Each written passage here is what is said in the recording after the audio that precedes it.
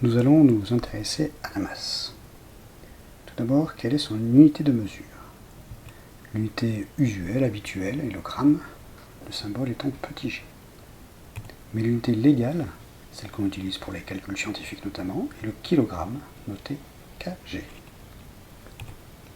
Il existe d'autres unités de mesure, et on peut convertir ces masses justement d'une unité de mesure à l'autre, à l'aide de ce petit tableau. Voyons un exemple. On veut convertir 2,3 grammes en milligrammes.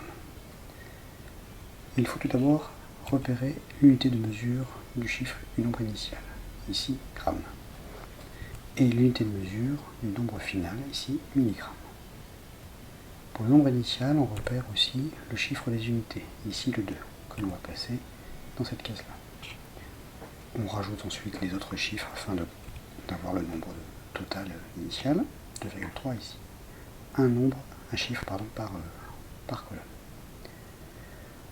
On va ensuite rajouter des zéros dans chacune des cases vides jusqu'à arriver à la case de l'unité de mesure finale. Il ne faut pas oublier de décaler la virgule pour que le dernier zéro ici corresponde au nouveau chiffre des unités en milligrammes. Ce qui nous donne donc 2,3 grammes égale 2300 milligrammes.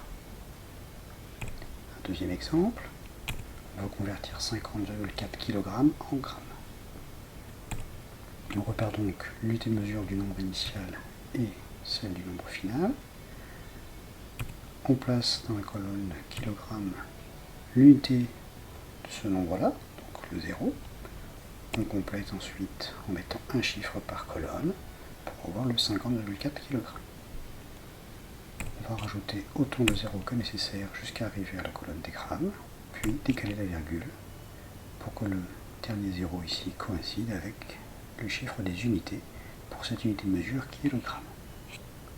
Ce qui nous donne donc 50,4 kg égale 50 400 grammes. Enfin, l'appareil de mesure de la masse et la balance.